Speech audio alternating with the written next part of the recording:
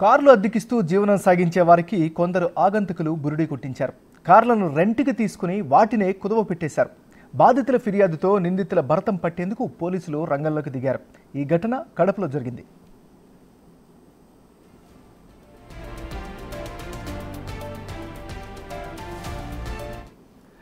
కడపకు చెందిన కొందరు వ్యక్తులు కార్లను అద్దెకిచ్చే వ్యాపారం చేస్తున్నారు. అయితే కార్లను దొంగతనం చేసే దుండగులు వారి దగ్గరే కార్లను అద్దెకి తెచ్చారు.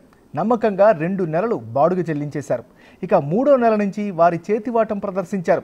అద్దె చెల్లించాలని యజమానులు ఒత్తిడి చేయగా వాటిని కుదవ పెట్టాం, ఏం చేస్తారో చేసుకోండి అంటూ వారి బుద్ధి చూపించారు. దీంతో యజమానులు లబోదిబోమంటూ పోలీసులను ఆశ్రయించారు.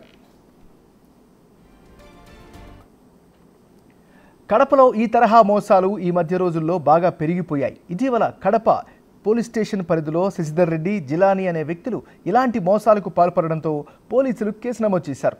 ఇప్పటి వరకు 34 మంది ఫిర్యాదు చేస్తే 26 కార్లను స్వాధీనం చేసుకున్నారు.